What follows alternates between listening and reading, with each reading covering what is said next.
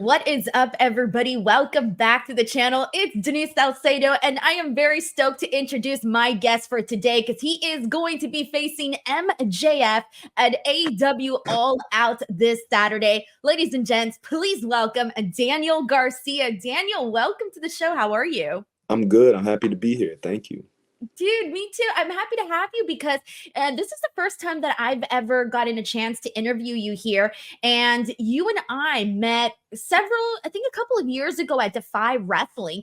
And you were already with AEW, but obviously still doing indies and whatnot. And I got to start off by saying that my first impression of you in real life was just phenomenal because I just felt like you were such a nice and humble person. So it's been very cool to see your growth in AEW. So I wanted to start there. Thank you. I really appreciate that. Thank you. So hopefully not much has changed.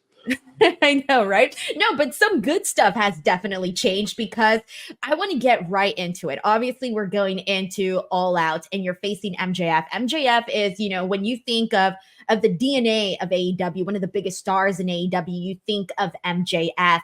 So for you to be in this feud with him going into this big match, how are you feeling? What are your emotions heading into the show? I mean, emotions are high. I feel like every big match I feel like I have to end up saying this is the biggest match of my life. Because I feel like every match that I have over the past couple of years has been the biggest match of my life every single time. Every match for me feels like it's do or die.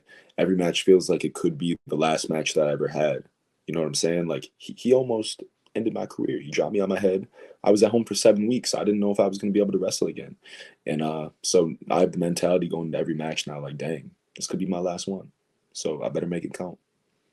It's interesting that you say that because it is kind of true. Like when I think about some of the matches that you've had with some big people, like it's a long list. And I do want to get to that because, you've had matches with Adam Copeland, Will Ospreay, Bryan Danielson, just to name a few. For you, just seeing where you were at day one in AEW to where you are now, how would you describe your growth in the company? I feel like I was brought in for a very specific position. And I feel like that position was to, just be a guy who attacks the big names and then the big names beat. And I feel like when you're seen one way, it can be kind of hard to work your way out of that. So I feel like coming from that to now being somebody who is competing with these top guys and not just being somebody who it's, oh, Daniel Garcia is wrestling Jon Moxley, we know what's going to happen. I feel like now it's, oh, Daniel Garcia is wrestling MJF. He might beat MJF. And I feel like to get to that point, it took a lot of hard work. I feel like it took a lot of, faith in myself and a lot of faith in AEW and me as well. And I feel like I've never given them a reason to not have that faith in me. I feel like every opportunity they've given me, I've done my best to knock it out of the park. And I feel like more times than not, I did my best to knock it out of the park, and I knocked that bitch out the park too. You know what I'm saying? So like, that's just how I feel. I feel like I deserve to be in these positions, and I feel like I'm ready for them. And I feel like I prove that I'm ready for them every time I'm in them, and I never let anybody down, except for myself when I lose these big matches. It's not going to happen this time though. So speaking of knocking things out of the park, last night, AEW Dynamite, you and MJF opened up the show. And I got to tell you, your promo and all of the things that you had to say to MJF, usually, and this is what I was talking about last night, usually whenever MJF is in a promo with anybody and he says something, usually I'm gasping, right? Like jaw dropped. Oh my God, I can't believe he said that. This time, I jaw dropped when you were the one throwing shots at MJF. And I kind of looked at that and I thought, oh, damn, Daniel Garcia won in this promo war between him and MJF. So I do want to ask you about last night and, everything that went down. I mean, when you're sitting at home for 7 weeks doing nothing, you have a lot of time to sit in your notes app on your phone and write down observations about people.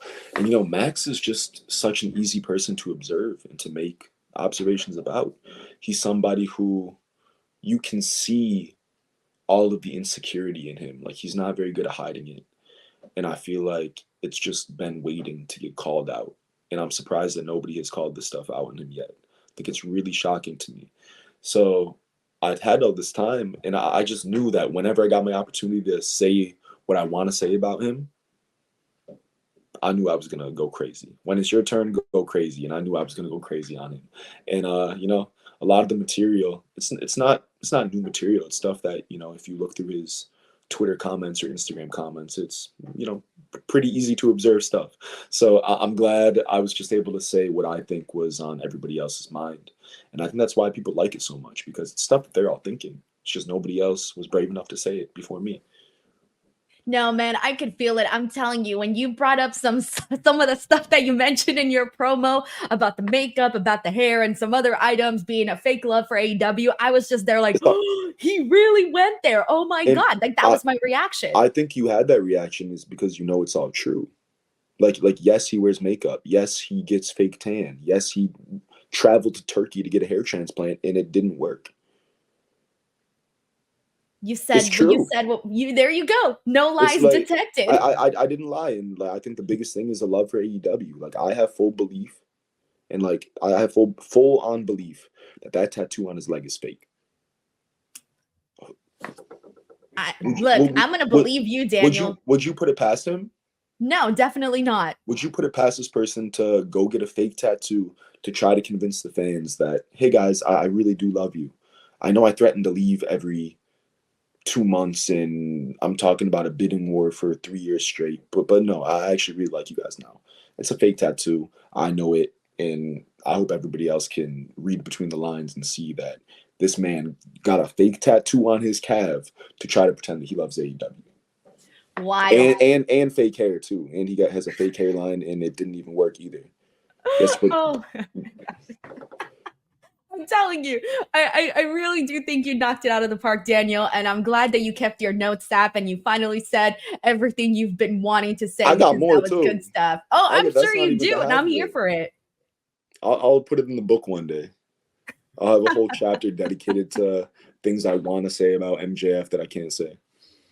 I love that, man. Well, hopefully we get to see and hear all of that. Now, I do want to ask you about All In, because that was a pretty great moment, because obviously being in Wembley Stadium in front of thousands and thousands of people, MJF in this big match for the International Championship against Will Ospreay, and you got involved. You came in, you were masked up, and you did your thing.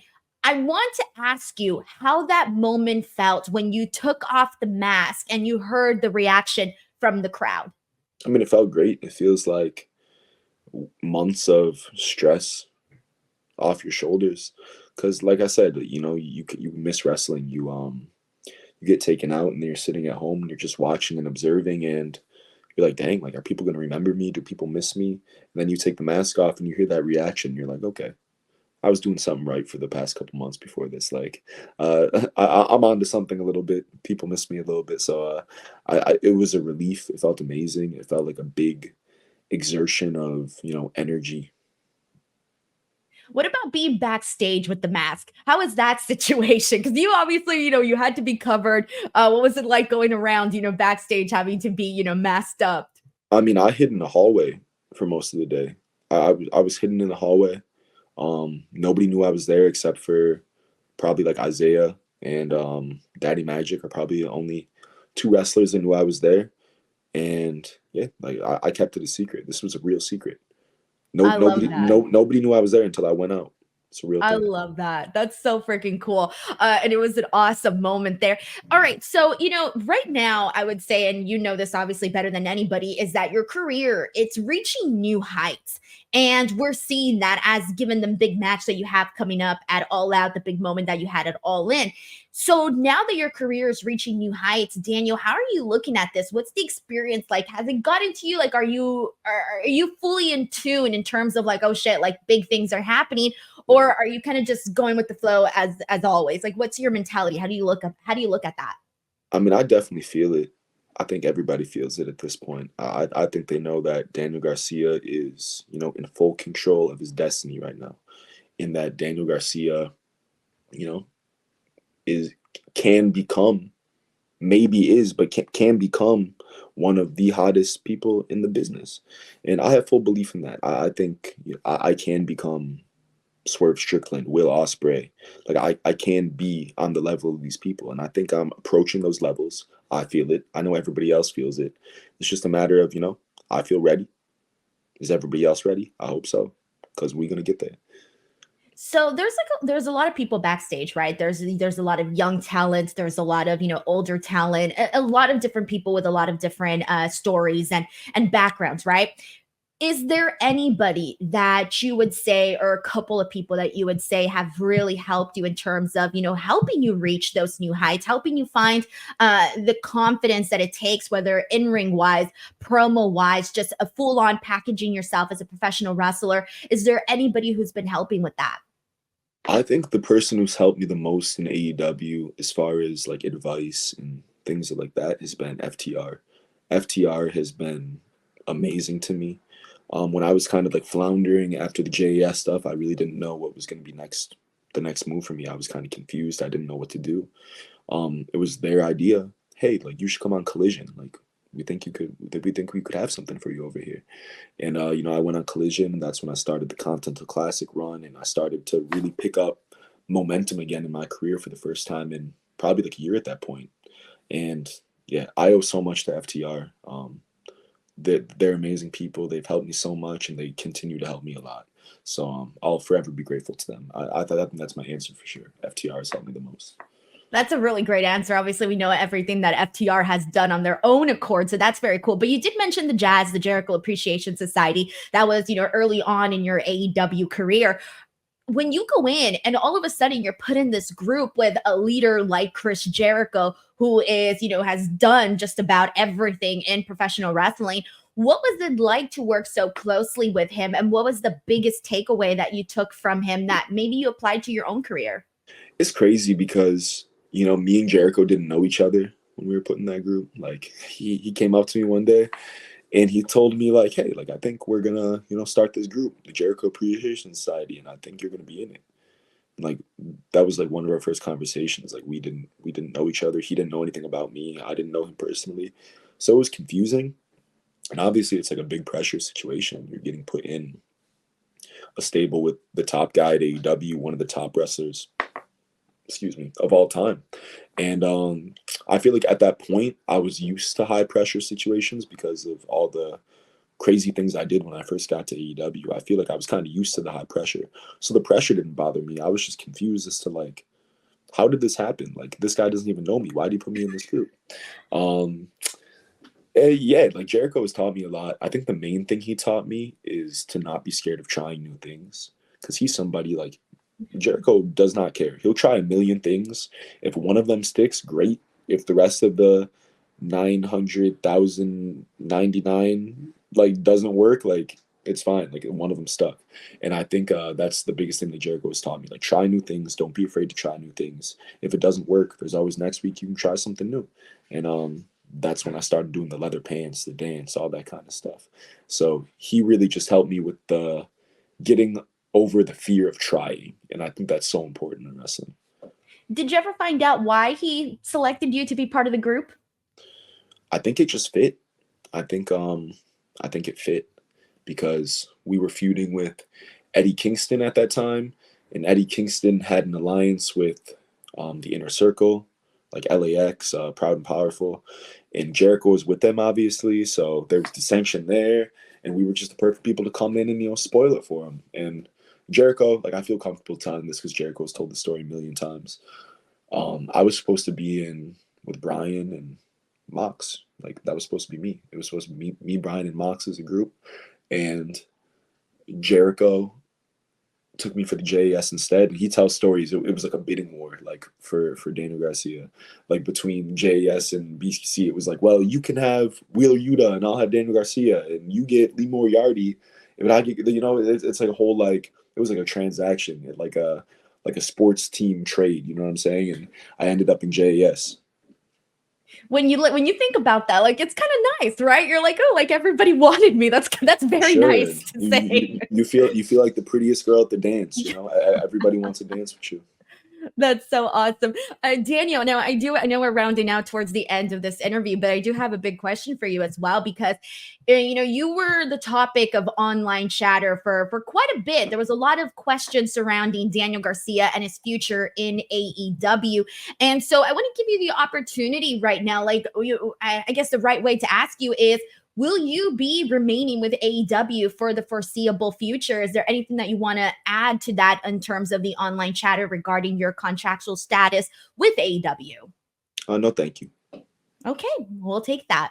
All right, Daniel. So my last and final question, MJF AEW All Out. Before we get into the pay-per-view, what do you want fans to know, and why should they tune into All Out? Man, I think All Out is the perfect pay-per-view to tune into, because this pay-per-view is fueled by hate. You have me versus MJF. You have Hangman Page versus Swerve Strickland. Hangman Page just burned down Swerve Strickland's childhood home on live television yesterday. If that's not enough to buy a pay-per-view to watch these two people fight in a steel cage in an unsanctioned match, I don't know what to tell you. Like, you're going to miss out on a brutally violent, painful, entertaining show. Like, if you're going to watch an AEW show, this is the one to do it. I promise you. I love it. I love it. All right, Daniel, thank you so much for taking the time to chat with me. Thank you to everybody who tuned in. As always, do not miss AEW All Out happening this Saturday in Chicago. Do not forget to subscribe, and we'll catch you guys on the next one. Bye, everyone.